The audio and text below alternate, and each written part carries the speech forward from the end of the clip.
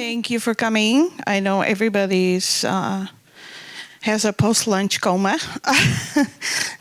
Okay, so I'm gonna read to make sure that I'm done in 15 minutes. And the video doesn't play. It's just a video in the back.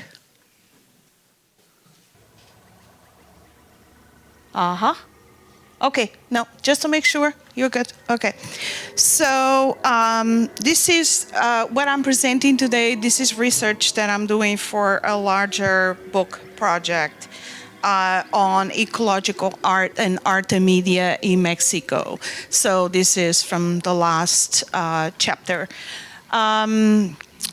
Interspecifics Codex Virtualis Genesis. This started in 2021 and it was actually done in 2022. Was created for the study by AI Lab Residency, an art and science program started in 2018 by the Ars Electronica Future Lab in Linz, Austria, in collaboration with the AI Lab, the European Artificial Intelligence Lab, and the SETI Institute in Mountain View, California. The program calls on international artists to create works that explore the evolution of life on Earth and universe and critically reflect on anthropocentric worldviews. In response, Codex Virtualis Genesis takes the form of a simulation. You see here some of it in the background. On screen, it shows an evolving taxonomic collection of artificial life forms. In concept, it draws on an expanded notion of life that the collective, Interspecifics, describes as, quote, science fiction based on cybernetic animism, end quote. As a critical reflection on anthropocentric worldviews, Codex Virtualis fuses the Codex as an artistic expression of animist worldviews with post-humanist theories, which are at present, of course, as you know, influential in art and art history. It also draws from biology, specifically the field of artificial life, which its founder, Christopher Langton, defined as such in the late 1980s. In his words, there is nothing that restricts biology to carbon-based life. It is simply the only kind of life that has been available to study. From this perspective, life is a property of form, not matter. And artificial life should be dedicated, as Langton proposed, to speculating, quote, beyond life as we know it, into the realm of life as it could be, hence the title of this. To this point, in an updated version of his 1989 article on artificial life, Langton speculated that the future evolution of artificial life would depend on scientists imitating nature's cooperative behaviors. So he actually proposed that biologists and computer scientists would follow nature's example. But this has proven difficult in practice, as maybe some of you know here that work with scientists. So Interspecifics use two sets of images of living symbiotic organisms instead.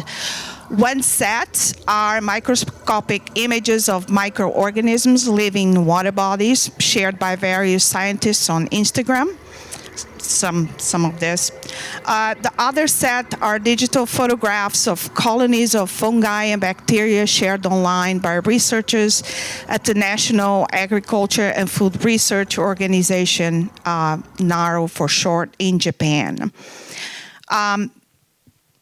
Some of these organisms are extremophiles, so-called because they are adapted living in harsh environmental conditions. So therefore, they are used in astrobiology research, including recent experiments conducted at the ISS, the International Space Station. Using computer vision and AI, these images are sampled, clustered, and transferred into Linea, a 2D cellular automata system created by the Chinese software engineer Bert Wang-Chak Jan in 2015. And Linea is a variation on the game of life, devised by the British mathematician John Horton Conway in 1970, which was originally played on a simple square grid without the aid of computers. It was pencil and paper. In comparison, Linea's fuzzy, smooth, and colorful patterns look state-of-the-art. Linea's accessibility is the more significant to artists that, as interspecific notes, work in the context of precarity in the global south. The resulting images resemble microorganisms in a wide range of colors and shapes that are also accompanied by generative sound, which recalls the rainforest. And you see some of this in the background. Codex Virtualis Genesis is shown as a screen-based installation displaying selected images of these organisms alongside with aspects of the selection process and evolutionary behaviors. In the printed materials provided to visitors at exhibitions, Interspecifics describes Codex Virtualis Genesis as based on the symbiotic narrative of evolution known as endosymbiosis, a process of symbiotic life evolution proposed by the biologist Lynn Margulis in the late 1960s. Endosymbiosis foregrounds symbiotic mergers as the main processes of acquisition of new genomes, and so also of speciation. In this view, random mutation is of marginal consequence as the driver of evolution. Hence, Margulis argued that notions of life based solely on competition are incomplete. In a words, quote, life did not take over the globe by combat, but by networking. Life forms multiplied and complexified by co-opting others, not just by killing them, end quote. Codex Virtualis not only demonstrates life as a mutualistic relation, it also demonstrates art and science as mutualistic practices. In Interspecifics onwards, to produce in terms of social inclusion, cross-disciplinary practices, and open knowledge. It is to this concern that Interspecifics, just as with all their other projects, additionally makes the research techniques and coding created for Codex Virtualis Genesis freely available online on their website. The project is still in development.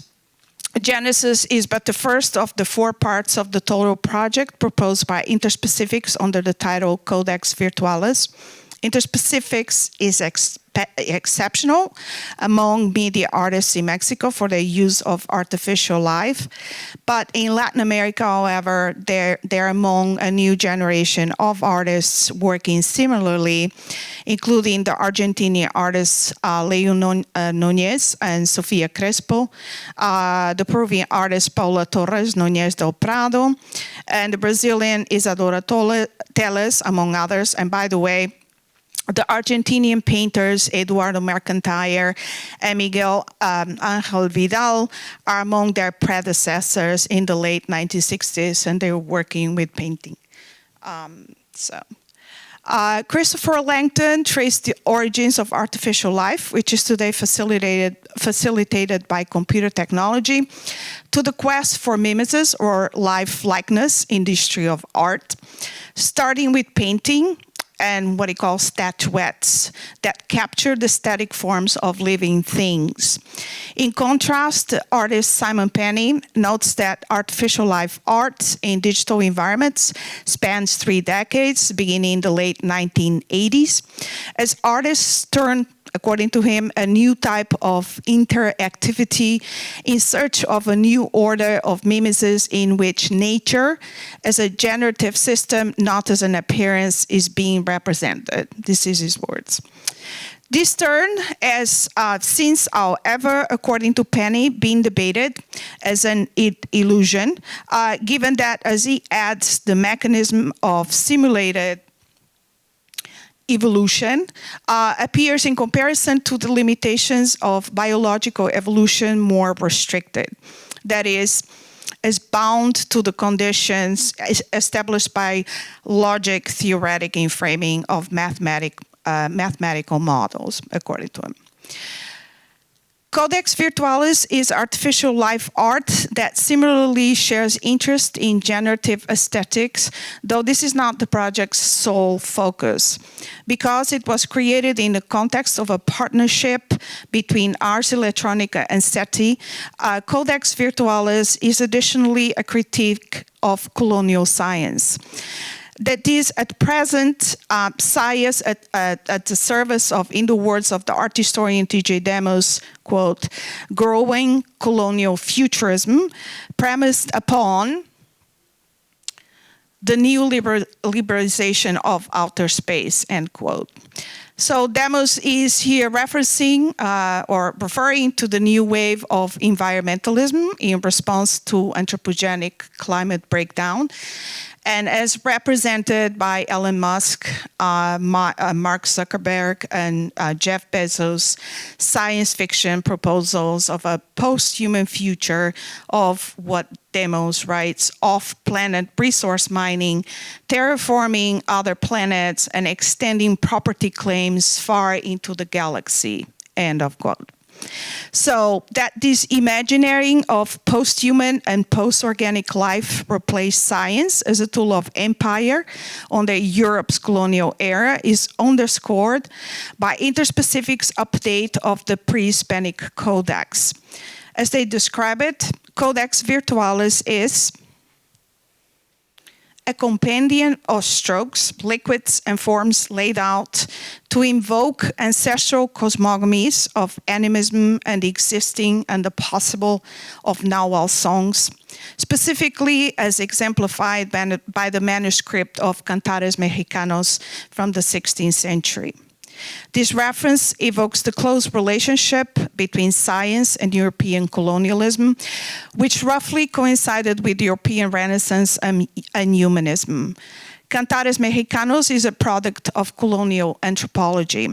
It was written by Mexican scholars under the supervision of Fray Bernardino de Sahagún, with the intention of learning about indigenous culture so as to replace it with Roman Catholicism.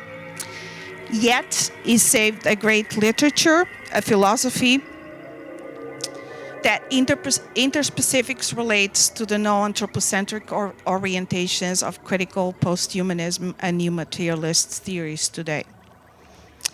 In relating these philosophies, Codex Virtualis brings to mind Rosi Bredotti's notion that the end of the anthropocentric world is less a cause for mourning and more an opportunity to imagine life other than in the image of coloniality as deep interspecific relations. One of the founding members of Interspecifics, Leslie Garcia, further clarified the project's concept on another occasion as a proposal to imagine life in a new world beyond the Anthropocene, consonant to the Symbiocene. Garcia's reference is to the eco-anarchist philosopher Glenn Albert, who coined the term as a rebuke to the fatalism of the Anthropocene, and is largely inspired by Margulies' notion of endosymbiosis, in the hope of the possibility of creating a more sustainable world based on no-anthropocentric mutualism. In this light, a Codex Virtualis engages symbiosis as a metaphor and a proposal for collaboration and exchange between artists and scientists toward conceptualizing life post-humanism other than as control and competition. If so, then artificial life art will name the practice of generative systems that merge ecological insights with political engagements to beyond life as we know it, inquire into remaking perception and experience in relation to life as it could be on Earth and in the cosmos.